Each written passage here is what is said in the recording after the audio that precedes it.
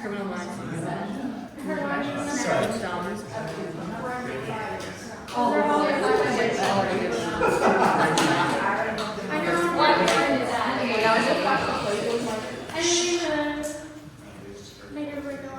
So we'll keep going so we don't lose too much time. So to start off with, let's look at some definitions. First of all, what true crime is, which is a genre of popular media concerning crimes. True crime media is what I'm looking at, and it's defined as entertainment from the form of podcasts, television, series, movies, books, and other forms that share real crime stories or make up crime stories in one way, shape, or form. The next definition you need to know is how I define fear of crime for the city, which is the awareness and or expectation of danger in the surrounding environment. Next, the CSI Effect. This is the idea that TV shows like CSI, Criminal Minds, any of the ones that I showed in the second slide affect your beliefs about the criminal justice system and how it works.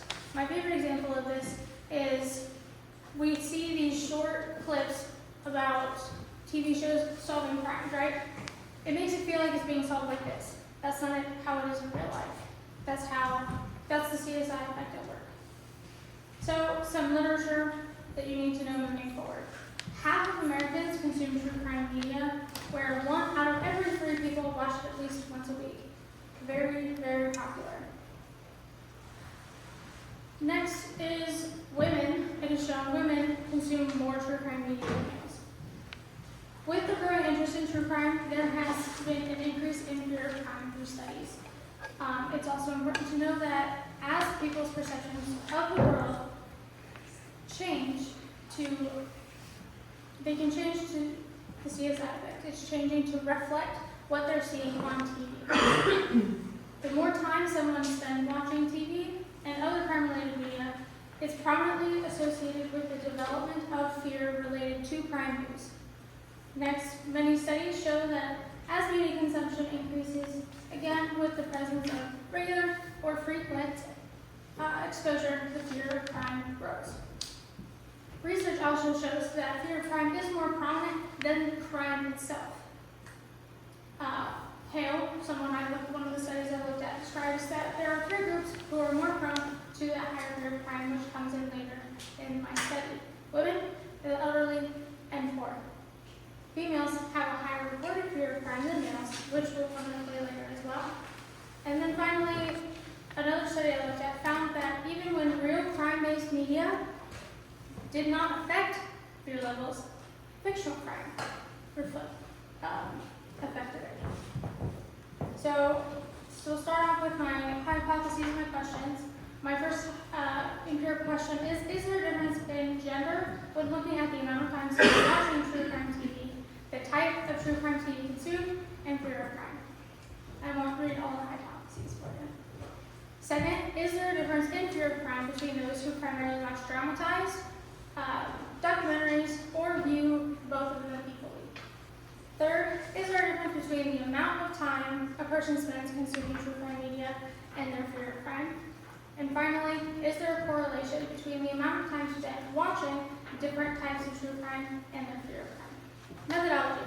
So my study ended up being a 2x3x3 factorial between subjects, non-repeated measure design.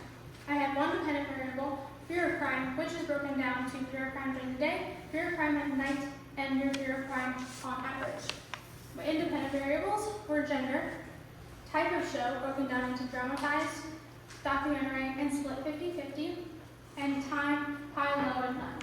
And now I believe I forgot to include how I define dramatized and documentary. Dramatized true crime is identified as a type of show that there is no true relation to it at all. It's completely made up. Documentary is a show or a movie that is put out that has truth to it. It's based on a real story. So here it is broke down, easy to look at.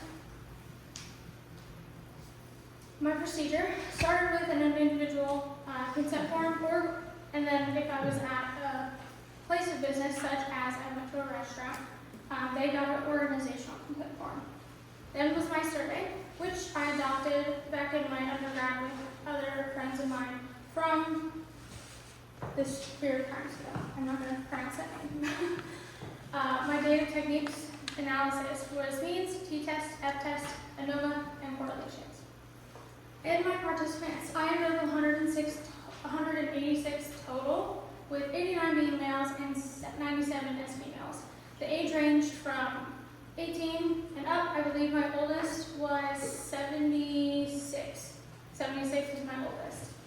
My ethnicity, I ended up with 138 Caucasian and only 48 of any other ethnicity.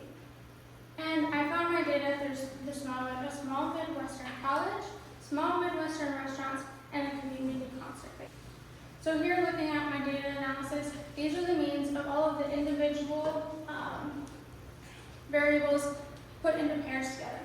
For future reference, I want you to take a look at this. And anything that it has a female in it is higher in fear of crime than anyone with a male in it. So for my first empirical question, hypothesis 1, I found that significantly, females spend more time consuming dramatized true crime TV than males, with a significance of 0.02. I then found females continue to have more time spent watching true crime documentaries than males, with a significance of 0.000. Furthermore, another significance of 0.000 was females spending more time consuming true crime media on average than males.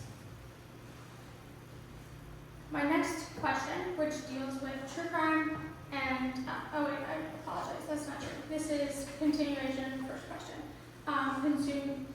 Doing the type of true crime compared with gender. We found no significance, so gender does not appear to influence the type of true crime you consume. Then females they have a higher fear of crime during the day than males. We saw this in our previous research. Females also have a higher fear of crime at night than males, and on average as well.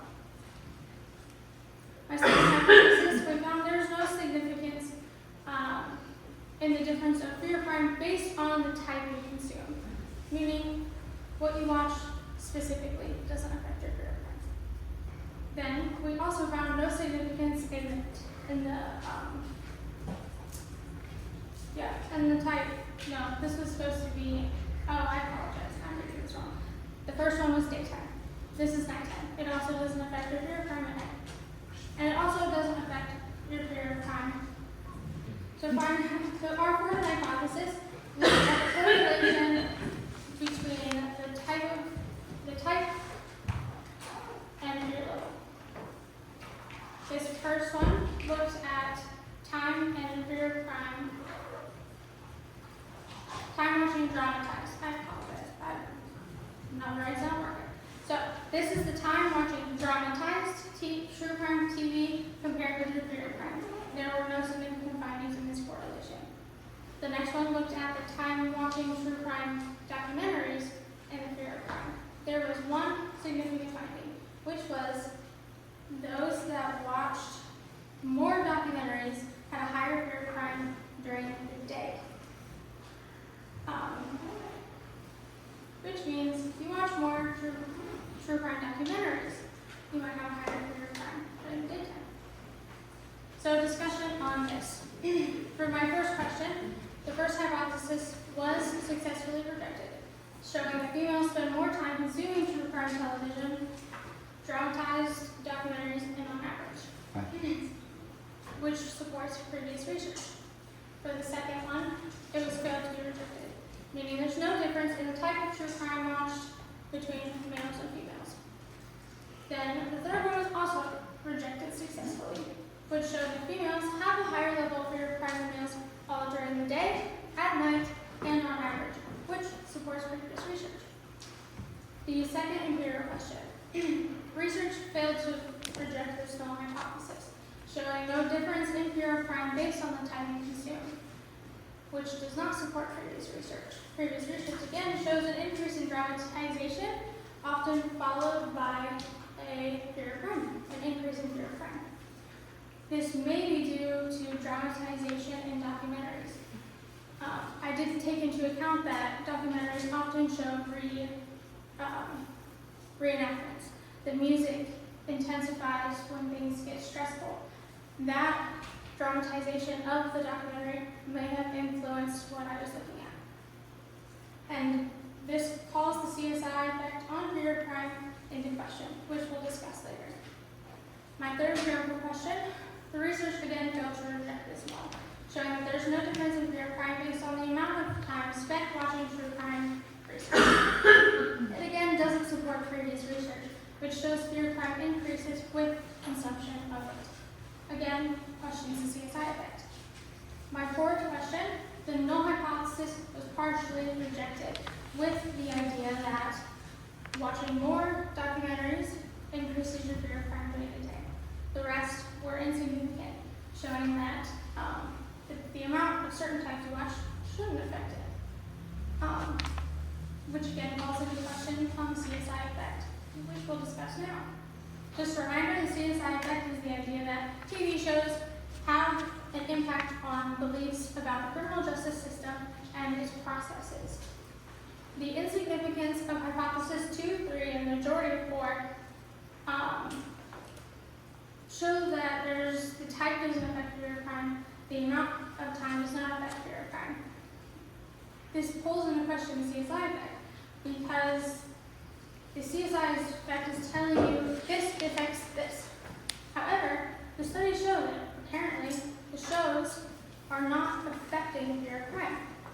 Therefore, does this make the CSI effect null and void when it comes to fear of crime? So far, that's what it's looking like. My conclusion, overall, it appears the type, frequency of true crime consumption do not affect fear of crime. However, we did see that gender influence is there with females overall consuming more true crime and having a higher fear of crime than males. The study supported so much research dealing with gender, but it also contradicted a lot of previous research, which is concerning. Further research is definitely needed to explore those differences. For future research, I want to include news channels, which could test for the dramatization of those documentaries that I didn't include. And then I want to look at other forms of true crime media, like podcasts,